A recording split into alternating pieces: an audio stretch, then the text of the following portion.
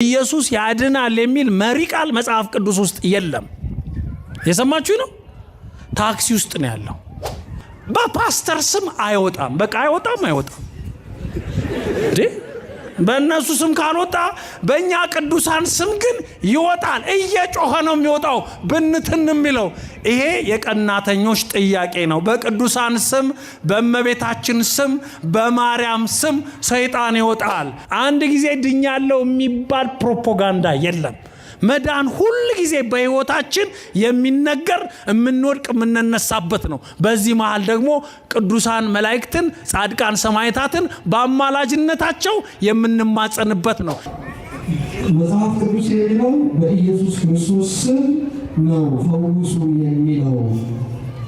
ነገር ግን አንዳንድ ቦታዎች ላይ አንዳንድ ካህናት በኦርቶዶክስ በድንግል ማርያም ስም፣ በሚካኤል ስም፣ በገብርኤል ስም እያሉ ሰይጣን ሲያስረግጡ ፈውሱኛል። ይሄ ይቻላል ወይ የሚል ጥያቄ ነው። መጽሐፍ ቅዱስ አንፃር ይቻላል ወይ? በመጀመሪያ ደረጃ በኢየሱስ ስም ብቻ ፈውሱ የሚል የለም። ማናቸውንም ነገር በስሜ ብታደርጉ እኔ እፈጽመዋለሁ ብሏል ክርስቶስ። ማናቸውንም ነገር ስላለ ምናልባት የኢየሱስ ክርስቶስ ስም ከፈውስ ጋር ብቻ ሳይሆን ከአጠቃላይ ከሥርዓተ አምልኮ ጋር የተያያዘ የአምላክ ስም ነው። ከማጥመቅ ከፈውስ ከአንዳንድ ከደዌ ጋር በተያያዘ ግን የቅዱሳንን ስም መጠቀም መጽሐፍ ቅዱሳዊ ነው። ለምሳሌ የፈውስ ጥምቀትን እኮ ሐዋርያት የጀመሩት ክርስቶስ ባለበት ጊዜ እርሱ ዝም ብሎ እነርሱ ያጠምቁ ነበር አይልም እንዴ? የዮሐንስ ወንጌል ምዕራፍ 4 ላይ እኮ እንደውም ብዙዎቹ የዮሐንስ ደቀ መዛሙርት የኢየሱስ ክርስቶስ ደቀ መዛሙርት ላይ አመጹት። እያጠመቁ ተማሪ ያበዛሉ፣ ደቀ መዛሙርት ያበዛሉ ይልና ኢየሱስ ግን አላጠመቀም። ማን ያጠመቀው ይላል? ሐዋርያቱ። ያኔ እኮ ክርስቶስ ገና በስሜ ይሄን አድርጉ አላላቸውም፣ ትእዛዝም አልሰጣቸውም። ስለዚህ እነሱ ያጠምቁ የነበረው ይፈውሱ የነበረው በብሉይ ኪዳን ቅዱሳን ስምና በእግዚአብሔር ስም ነበር፣ አልተከለከሉም። ሌላው ደግሞ የሐዋርያት ሥራ ምዕራፍ 19 ላይ ቅዱስ ጳውሎስ በልብሱ ጨርቅ ሁሉ ተአምር ያደርግ ነበር።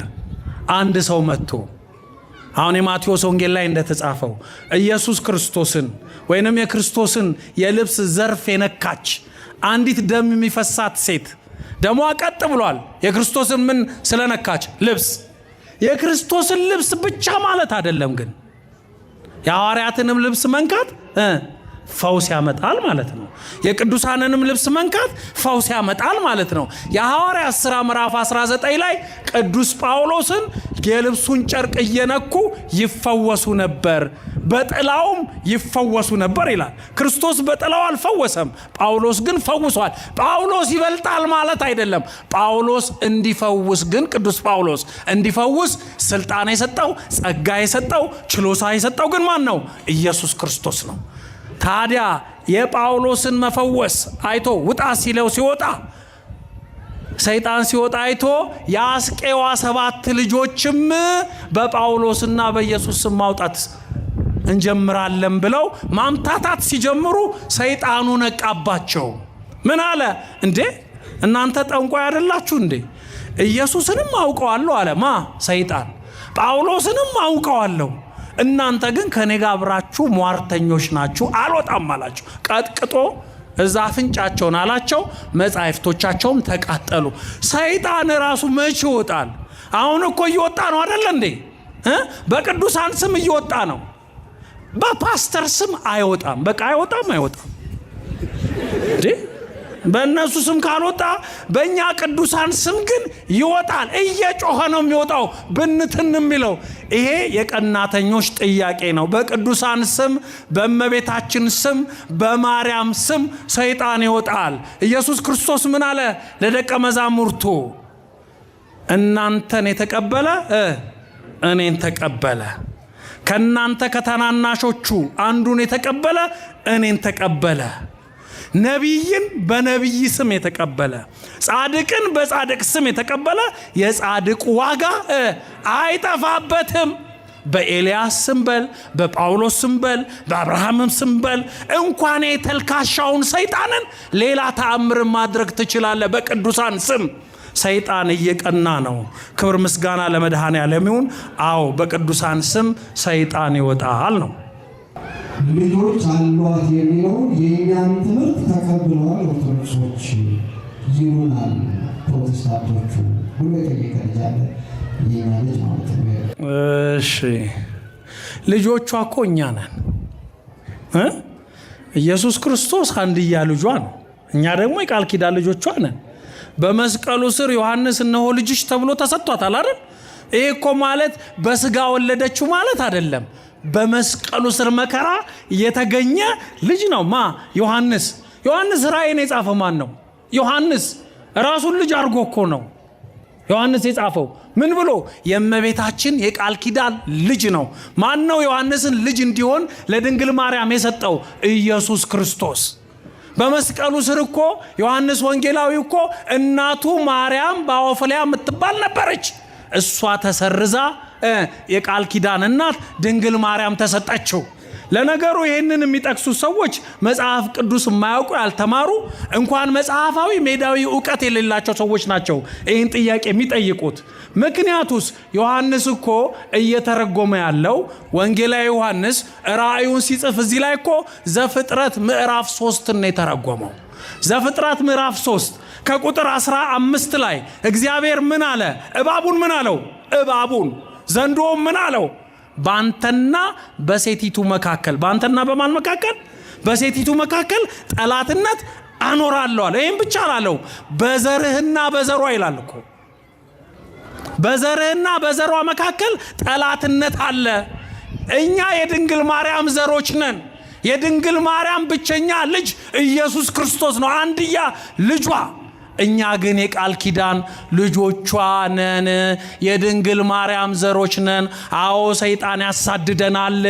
ያ የሚጠይቀው ሰውዬ እንደሚለው ሌሎች የሚጠቀሱ ሰዎችን ለመጥቀስ ሳይሆን እኛን የቅዱሳን ዘር፣ የሴቲቱ ዘር፣ የሔዋን ወገን፣ የድንግል ማርያም የቃል ኪዳን ልጆች መሆናችንን ለመንገር እንጂ እመቤታችን በስጋ የምታውቃቸው ሌላ ልጆች አሏት ማለት አይደለም። አላዋቂ ትርጓሜና ጥቅስ ነው። ይሄው ነው መልሱ። ወደ ቀጣዩ ጥያቄ። መዳን አንድ ጊዜ ነው እንጂ ስንድን አንኖርም። መዳን አንድ ጊዜ ነው ስለሆነ መዳኑ መዳን ነው እንጂ መዳኖች ወይም ደግሞ ሳሊቬሽንስ አይባልም የሚል ጥያቄና ክርክር ተነስቷል። ይህ ይታያል። መዳን ብዙ አይነት ነው። ከበሽታ መዳን አለ አይደል? ከመኪና አደጋ መዳን አለ። የዘላለም ሕይወት ለማግኘት መንግስተ ሰማያት ለመውረስ ንጹህ የመሆን መዳን አለ አይደል? ያም ሆነ የሁሉም ማዳኝ እግዚአብሔር ነው። እግዚአብሔር የፈቀደላቸው ቅዱሳን ግን በአንዳንዱ ቦታ በአማላጅነት ይጠቀሳሉ። ለምሳሌ መዳን ብዙ አይነት መሆኑን የማርቆስ ወንጌል ምዕራፍ 2 ላይ ስናይ ኢየሱስ ክርስቶስ ሕዝብ ሁሉ ተሰብስቦ ሲከተለው አንድ ቤት ውስጥ ገባ ይላል። ጭንቅንቅ ብሏል ቤቱ። ተመልከት። ከዛስ በኋላ ሽባ ይዘው ተሸክመው የመጡ ሰዎች ነበሩ። ሰውየው እንዲፈወስላቸው ክርስቶስን ማግኘት ሲያቅታቸው በጣራ በኩል ጣራውን ነድለው በሽተኛውን ከናልጋው ወደ ታች ወረወሩት። ማውድ አለበት ክርስቶስ ወዳለበት ሲያዩት ሽምልምል ያለ ድብልብል ያለ በሽተኛ ነው። ክርስቶስ ሲያዩ ምን አለው? ክርስቶስ አንተ ሰው ኃጢአትህ ተሰረየችልህ አለው። ቀጥ ብሎ ቆመ። ኃጢአትህ ምን አለችልህ ሲለው ተሰረየችልህ። አሁን እኮ ክርስቶስ ኢየሱስ ክርስቶስ እዚህ ጋር እኮ አልተሰቀለም እኮ። ገና በዘመነ ትምህርት ላይ እኮ ነው ያለው። ገና በመዋዕለ ይሄ መዳን ምን አይነት ነው? አይ ከዚህ በኋላ ድኛለሁ ብሎ ሮጦ መጥፋት አለበት እንዴ ሰውየው? ለአጠቃላይ ለዘላለማዊ ሕይወት ግን ክርስቶስ መሰቀል አለበት። ይሄኛው መዳን ሌላ ነው። የዘላለማዊ ሕይወት ማግኘት ደግሞ ሌላ ነው። በቅዱሳን አማላጅነት መዳን ማለት ደግሞ ምንድን ነው?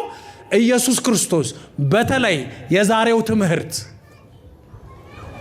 ዳግመኛ ክርስቶስ ሲመጣ ጻድቃንን በቀኙ ኃጥአንን በግራው ያቆማል ይላል። በቀኙ ያቆማቸውን ጻድቃንን ምን ይላቸዋል? እናንተ አባቴ ብሩካኖች ቅድም እንዳልኳችሁ ተርቤ አብልታችሁኛል፣ ተጠምቼ አጠጥታችሁኛል፣ ታርዤ አልበሳችሁኛል፣ እንግዳ ሆኜ ተቀብላችሁኛል፣ ታስሬ ጠይቃችሁኛል ሲላቸው እነሱ የታይተን መቼ አግኝተን ይሉታል። እጁን ወደ ሐዋርያት ይዘረጋል፣ እጁን ወደ ድንግል ማርያም ይዘረጋል። ለነዚህ ለታናናሾቹ ያደረጋችሁትን ለእኔ እንዳደረጋችሁት እቆጥረዋለሁ። ስለዚህ መንግሥተ ሰማያት ግቡ ይላቸዋል። እርሱ መንግሥተ ሰማያት አወረሳቸው። ጻድቃኑን በቀኝ የቆሙትን ግን ያዳናቸው የቅዱሳን አማላጅነት ነው። ግልጽ አይደለም እንዴ? ለነሱ ያደረጋችሁትን ለኔ እንዳደረጋችሁት እቆጥረዋለሁ ስላለ፣ ስለዚህ ቅዱሳኑ አማልደዋል፣ ክርስቶስን ተሸክመዋል። ቅድም የማቴዎስ ወንጌል ምዕራፍ 10 ከቁጥር 40 ላይ እንደጠቀስኩላችሁ እናንተን የሚቀበል እኔን ተቀብሏል ብሏልና። ስለዚህ በአማላጅነት መዳን አለ፣ ከደዌ ከፈውስ መፈወስ አለ። በክርስቶስ መስቀል በተሰቀለው ነገረ ድህነት በምንለው ዘላለማዊ ሕይወትን ለመውረስ ከአዳም ኃጢአት የዳንበት መዳን አለ። አሁን ደግሞ እንደገና በግብር ኃጢአታችን ደግሞ እንጠየቃለን። አሁን እኔ ድኛለሁ ብዬ ጭፈራ ቤት መሄድ አለብኝ እንዴ? አሁንም ካጠፋው ዘማዊ ከሆንኩ በደለኛ ከሆንኩ ንስሐ መግባት አለብኝ። አንድ ጊዜ ድኛለሁ የሚባል ፕሮፓጋንዳ የለም። መዳን ሁል ጊዜ በሕይወታችን የሚነገር የምንወድቅ የምንነሳበት ነው። በዚህ መሃል ደግሞ ቅዱሳን መላእክትን፣ ጻድቃን ሰማዕታትን በአማላጅነታቸው የምንማጸንበት ነው። ይሄ ግን የእግዚአብሔርን አዳኝነት የመድኃኔ ዓለምን ደም የሚሸፍን አይደለም ነው። ክብር ምስጋና ለመድኃኔ ዓለም ይሁን። እኔ እመቤታችን እወዳታለሁ፣ ግን ያለ ድንግል ማርያም አማላጅነት ዓለም አይድንም ሲባል እንዴት ብዬ ውስጤን ቀርባል። ይሄን ብታስረዱኝ። አንዳንድ ጊዜ ምን አለ መሰላችሁ፣ አሁን እነዛ ጎረቤቶቻችን ኢየሱስ ያድናል ይላሉ። እኛ ልክ አያድንም የምንል ያስመስሉታል። አዎ ያድናል አይደል? ያድናል። ማዳኑን ያወቅነው ግን አድኖ አይተን ነው። ኢየሱስ ያድናል የሚል መሪ ቃል መጽሐፍ ቅዱስ ውስጥ የለም። የሰማችሁ ነው? ታክሲ ውስጥ ነው ያለው። መጽሐፍ ቅዱስ ውስጥ ኢየሱስ ያድናል የሚል ጽሑፍ የለም። ኢየሱስ ክርስቶስ ግን አዎ ያድናል፣ አድኖ አይተናል። የስሙ ትርጓሜ ዘያድኅኖሙ ለሕዝቡ እምኃጢአቶሙ ስለሚል ሕዝቡን ከኃጢአታቸው ያድናቸዋል ማለት ነው። ስሙን ኢየሱስ ትዋለች ሲል የስሙ ትርጓሜ አዎ ያድናል። እንደ መፈክር ግን እንደዚህ የሚል ቃል ግን መጽሐፍ ቅዱስ ላይ የለም። ማርያም ታማልዳለች ወይ? አዎ ታማልዳለች። መብታችን ነው። አማልዳ አይተናል አይደል እንዴ? ታማልዳለች። ያለ ድንግል ማርያም አማላጅነት ዓለም አይድንም። አዎ አይድንም። ለምን? ይሄ ማለት የክርስቶስን ማዳን መሰረዝ አይደለም።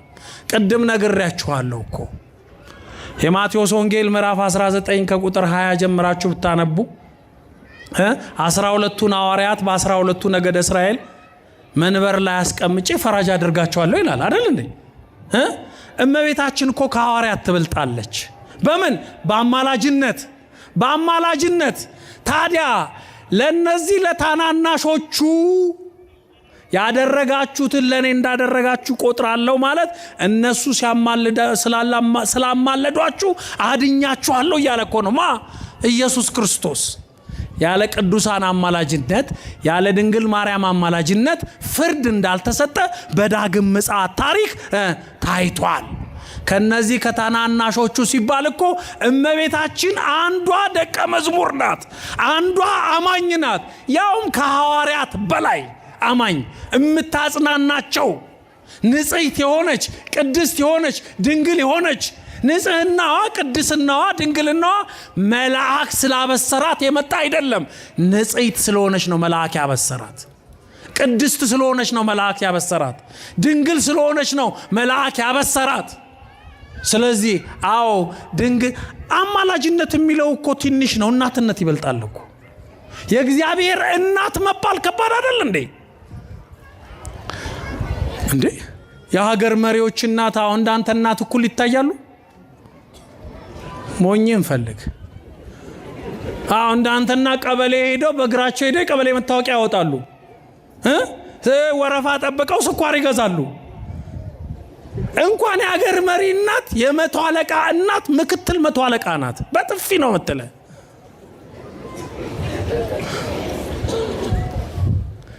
ጳውሎስ ኞኞ የሚባል ደራሲ አለ። ማርያምን ትወዳታለህ ወይ ሲሉት ወድጄ በግዴ ከግንድም ያላትም ልጅ አላት ብሏል።